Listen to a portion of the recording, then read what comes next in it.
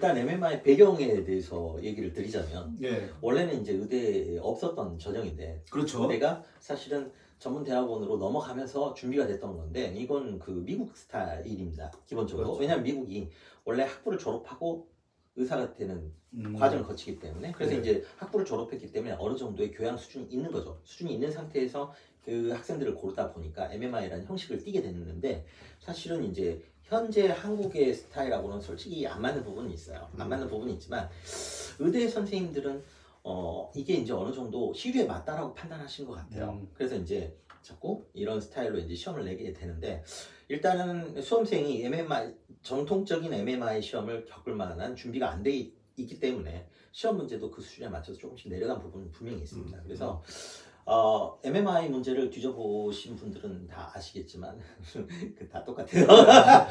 그렇죠. 이걸 왜 나누나 싶을 정도로. 네. 그래서 보통 이제 방금 말씀하셨잖아요. 학교마다 별 차이가 없더라. 심할 정도로. 그렇죠. 그래도 항상 그 상황만 바뀌어서 묻는 건 비슷하잖아요. 그러니까 이게 그 문제가 뭐냐면 카테고리가 상당히 잡혀 있어서 사실은 그게 조금 오히려 문제죠. 네. 미국식의 MMI는 카테고리 잡는 게 상당히 어렵거든요. 어려운데 우리나라에 지금 현재 나와 있는 문제들이나 시험 이제 후기들을 보면 카테고리 잡기가 너무 좋아서 오히려 조금 문제가 돼요. 그러니까 지금 MMI 문제를 다 보면 일단 갈등사항은 다 기본으로 나온다가 기본이잖아요. 그러니까 어떤 상황에 있어서 A를 선택할 것이냐 B를 선택할 것이냐. 그리고 답도 없어요. 그리고 답도 없고. 네. 그런 거 이제 도덕적 딜레마라고 하죠. 보통 딜레마 상황에 대해서 내는 건 답이 없기 때문에 문제를 내는 거죠. 이게 핵심이에요. 네. 근데 이제 학생들의 입장에서는 그런 상황에서 나는 A를 선택하면 점수가 깔릴까? 점수가 깎이지는 않을까? 네. 혹시나 B를 선택하면 점수가 깎이지는 않을까? 그런 두려움이 있는 거잖아요. 당연한 거죠. 네.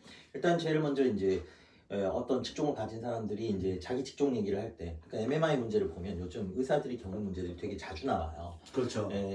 예를 들어서 의사의 실수가 발생했을 때 어떻게 환자에게 이걸 설명을 할지, 내지는 사망한 환자의 가족들에게 이걸 어떻게 설명을 할지, 내지는 국가의 정책이 이런데, 그러니까 자세히 읽어보면 의사들이 실제로 겪는 그런 문제예요. 옛날에는 그러니까 심하게 얘기해서 불과 한 10여 년, 20년 전에는 의료사고가 0이었어요.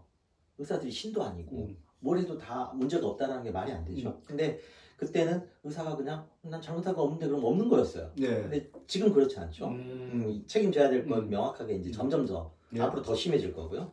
그래서 그러다 보니까 의사들의 역할이 약간 바뀐 거예요. 약간 바뀌어서 요즘은 직업인으로서의 의사들의 생활 자체가 바뀐 거죠. 직업인으로서의 의사의 역할이 약간 서비스적인 부분이 점점점 커지고 있는 거예요. 그런 파트에 대해서 또 나오는 건데 그 부분은 갈등 상황이라기보다는 현재 시대에 맞는 거. 그러니까 이제 말하자면 정통적인 MMI하고 조금 벗어난 거죠. 의사로서의 윤리를 어떻게 가질 거냐, 의사로서의 자세를 어떻게 가질 거냐. 사실 그런 문제는 답이 뻔하잖아요. 뻔해요. 그게 이제 좀 약간 문제예요. 그렇죠. 그러니까 근데 이게 그런 시험 문제를 왜 볼까요? 그러니까 저도 이제 그런 부분들은 쉽게 말하면 이제 그런 문제들을 딱 보고 나서 공감할 수 있느냐 없느냐 의사로서. 그것도 있어요. 기준에 이제 공감 얘기도 나오는데 예. 사실은 이제 아이들을 뽑을 때 우리가 뭔가를 선택할 때는 두 가지 방법이 있어요. 비교해서 좋은 것 중에 더 좋은 걸 선택하는 거, 비교해서 나쁜 것 중에 더 나쁜 걸 버리는 거. 그러니까 이렇게 이제 뻔한 질문을 했을 때 가장 많이 걸리는 건 대부분 다 고만고만한 답이고 고만고만한 점수를 받게 되는데 가끔씩 또라이들이 있죠. 그거는 뭐 예외 없이 걸릴 수 있어요. 지금 그런 부분에 조금 더 맞기 때문에 좀 조심해야 되는 부분이 하나 있고요. 이제 평가는 다른 부분에서 더 정확하게 이루어지겠죠. 저는 사실은 의대에서 이런 MMI 면접을 시작한 걸 저는 긍정적으로 평가는 저도 긍정적으로 평가해요. 왜냐하면 기존의 예를 들면 그냥 시험 보고 아무런 평가 없이 들어갔을 때 아이들이 어떤 아이들이 생기냐면 정서적 공감 능력이 대단히 낮은 아이들이 있어요. 그러니까 자기 기준에서 생각하고 환자는 그냥 대상인 거죠. 물건이죠. 네.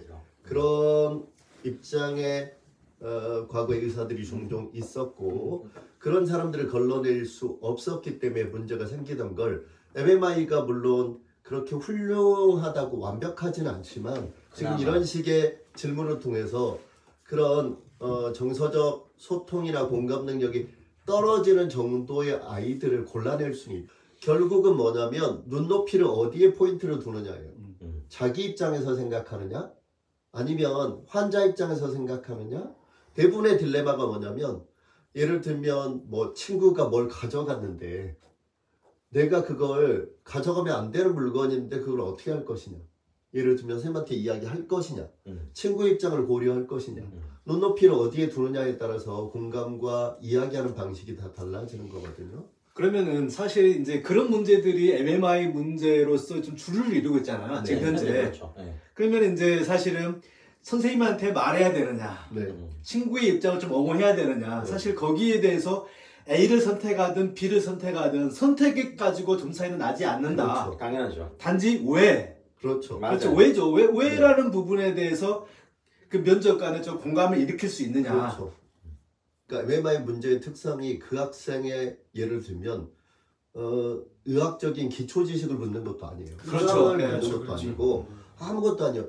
당신이 의사로서 의사가 나중에 됐을 때 의대 공부를 할 때 또는 의사가 되었을 때 부딪힐 수 있는 다양한 딜레마 상황에 대해서 미리 한번 훈련을 시켜보고 그렇죠. 기초적인 베이스가 있는지를 알아보려는 거거든요, 사실은. 그렇기 때문에 사실은 왜 이런 문제를 우리한테 지금 묻고 있는 거지? 라고 답답해 할 수는 있어요. 왜 정답이 없는 문제를. 그런데 의사가 나중에 부딪히는 상황이 사실은 정답이 없는 상황이에요. 맞아요. 예를 들면 부인이 예를 들면 뭐 에이즈에 걸렸는데 남편에게 이야기하지 말아달라고 요구한다든가. 그러면 의사로서 환자의 비밀을 지켜야 될 의무가 있는데 그런데 에이즈는 법정 전염병이에요. 그러니까 반드시 고고도 하고 고지를 해야 되는 거죠. 어떻게 할 것이냐라고 딜레마 상황을 자꾸 던지는 거죠. 그러니까 그러면 의사로서의 지켜야 될 것들이 직업 윤리, 그렇죠? 그렇지만 환자의 비밀을 보장해야 될 의무 이런 것들이 충돌했을 때 너는 무엇을 우선할 것이냐라고 했을 때 이런 의사결정 능력을 보는 거예요. 기본적인 기준에 따라서 단계적으로. 또 하나는 예를 들면 어떤 의심스러운 상황이 있는데 확실하게 의심할 수 있는 근거가 없는 상황이 주어지는 경우들도 있어요. 그렇지. 네. 그러면서 그 상황에서 너는 무엇을 근거로 단정할 것인지. 예를 들면 의사가 제일 많이 부딪히는 상황이 뭐냐면 환자가 진단을 했는데 어떤 병인지 잘 모르는 경우들이 대부분이란 말이에요. 그러면 확신할 수 없잖아요. 그런데 어떻게 단정을 하고 할 것이냐. 그러면 다양한 것들을 수용해야 돼요, 사실은. 이 가능성도 수용하고 이 가능성도 수용하고 그게 의사로서의 기본 자질인 거죠. 그래서 의사는 사실은 제일 중요한 게 뭐냐면 다른 사람의 이야기를 자기 그 가치관에 맞지 않다고 배제해서는 안 돼요. MMI를 보는 학생들은 다 이과생들이죠. 이과생들의 특성은 애매모호한 상황을 굉장히 싫어하잖아요. 그렇죠. 어떻게 하든지 간에 결론이 딱딱 부러져야 되는데 그 애매모호한 상황을 어떻게 대처해야 될까요? 그래서 말씀드렸다시피 예를 들어서 문제를 분석하고 거기에 맞는 해답을 찾으려고 노력하는 것보다 자기 자신을 다 보여주는 것이 훨씬 더 저는 더 낫다고. 그러니까 기존에 우리가 알고 있던 면접의 개념하고는 많이 다른 거죠. 완전히 다른 거죠. 네. 그러면은 사실 제가 또 한 번만 더 물어볼게요. 그게 자기 자신을 좀 보여줘야 된다고 그러는데 사실 그러면 어떻게 조금 보여줘야 되는지. 그러니까 자기 자신을 이제 사실은 중요한 질문인데 네. 왜 그러냐면 대부분의 학생은 자기 자신이 어떻게 생각하는지 자체를 몰라요. 근데 이게 연습을 해보면 이제 나오죠. 그럼 이제 조금 더 자기 자신을 생각할 기회가 생겨요. 사실은 이제 면접 시험의 좋은 역할 중에 하나도 그거이기도 해요. 너 자신에 대한 생각을 해볼 기회를 어떤 경우에는 진짜 처음 갖는 경우도 있어요.